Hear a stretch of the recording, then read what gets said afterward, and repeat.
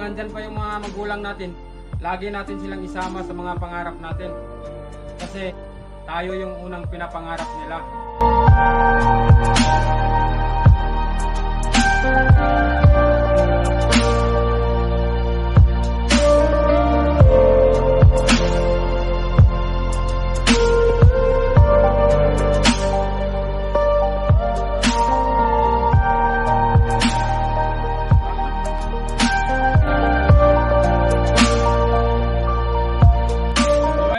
For today's video pala, bibistahin ko sila nanay, si tatay doon sa bahay namin dati.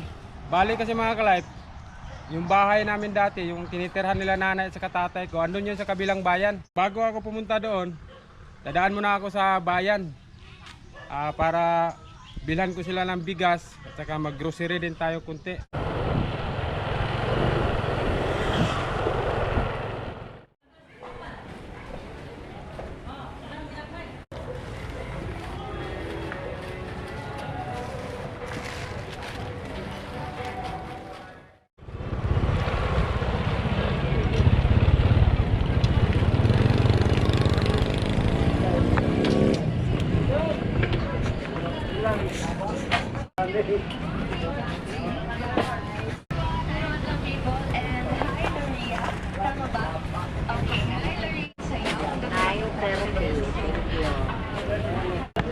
Salamat.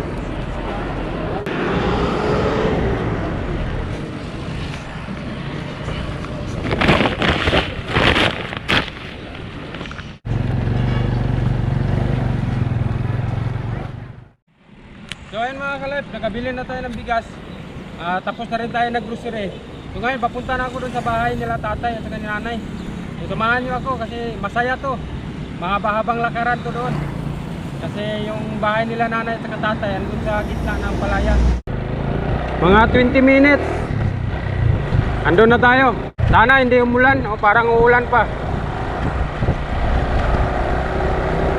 Hindi na maganda yung kalsada dito, pero medyo malapit na. Pangit na kalsada dito, rough road. Laki ng mga bato.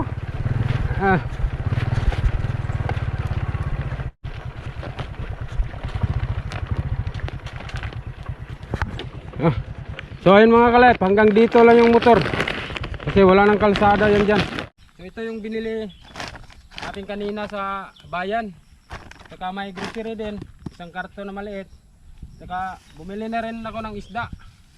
Ang ulam nila doon ni nanay at saka ni tatay. Saka ito, bawang at saka sibuyas. Ito yung pinaka-importante doon para makapagluto ng mga ulam.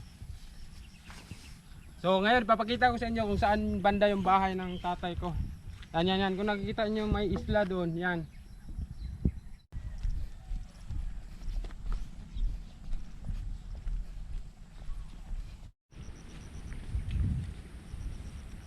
So kailangan natin tumawid ng ilog.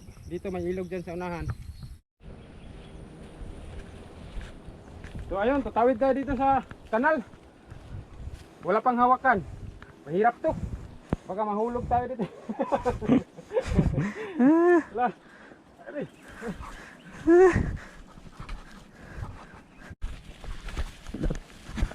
Dulas pala nih.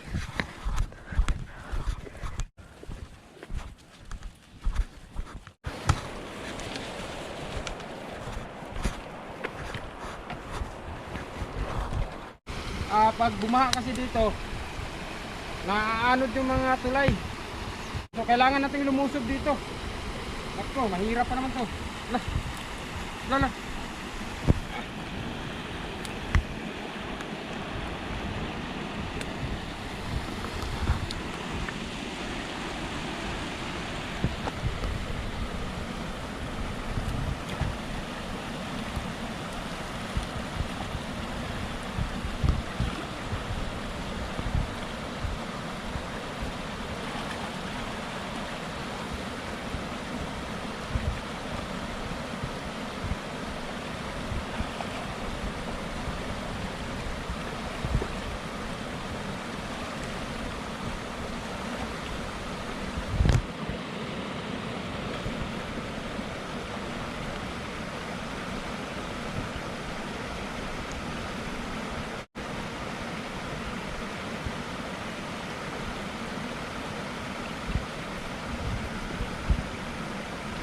Kasama ko pala yung pamangkin ko.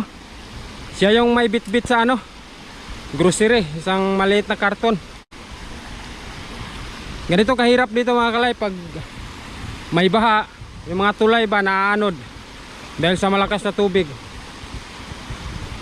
Yan, mahirap dito.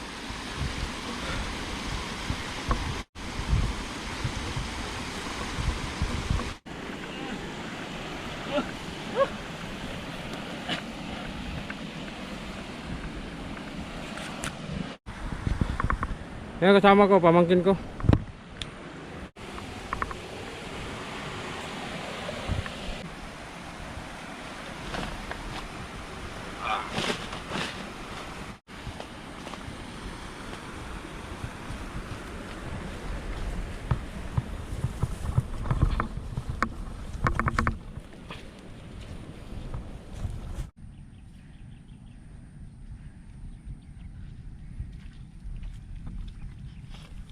Malalim. Mga sira kasi yung mga pilapil dito mga kalay. Nung nag-harvest ng palay, normalan dito masisira talaga yung mga pilapil.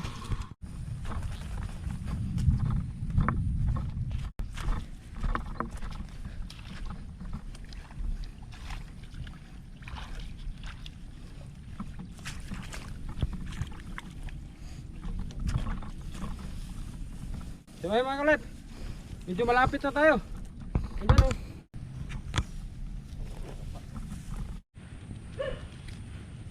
Ito, nakarating na tayo.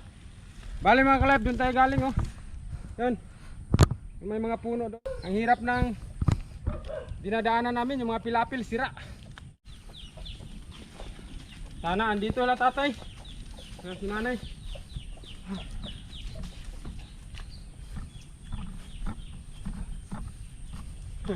Mukhang wala pa naman tao. Ayun yung bahay ng ano, bahay ng nanay sa tatay ko. Ito.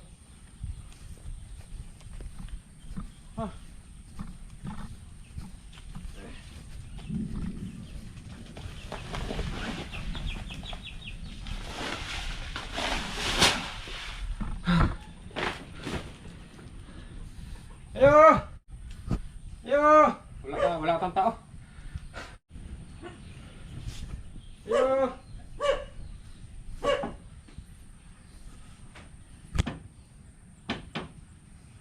Wala kang tao. Ako dyan. May hapon tayo.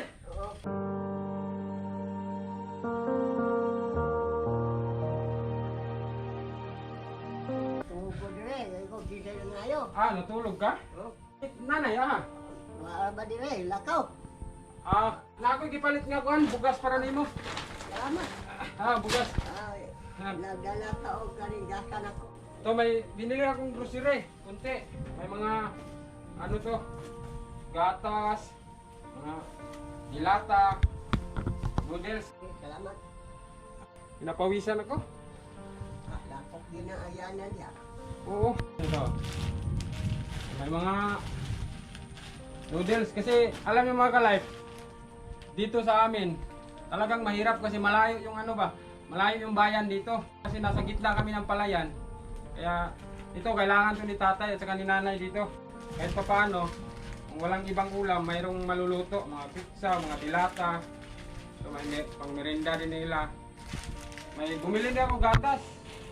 Kailangan kong gatas sa mga matanda, Bear Brand Adult.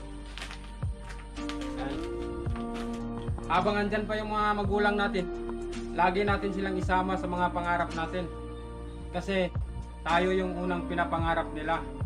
Kaya habang andyan pa sila, mahalin natin yung mga magulang natin kasi hindi natin alam, matanda na sila. Iparamdam natin sa kanila yung pagmamahal natin, yung mga anak. Para sa inyo ni nanay.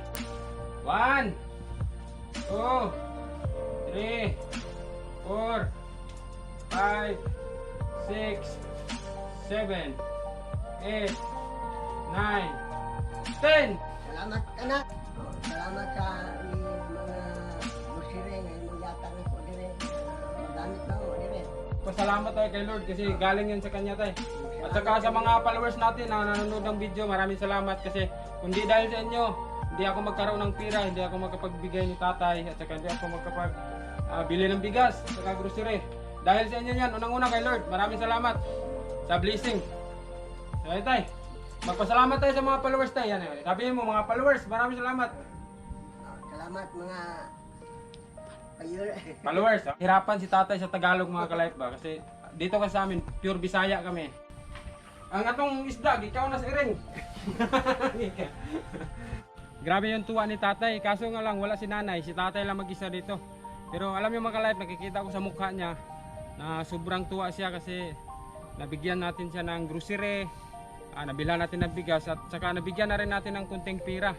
So hindi lang dito nagtatapos mga ka-life yung pamimigay natin ng blessing, no? Siyempre inuuna ko si nanay, tatay, bago yung mga ibang tao. Kasi tulad ng sinabi ko kanina, uulitin ko palagi mga ka-life, wag na wag natin kalimutang isama ang ating mga magulang sa mga pangarap natin.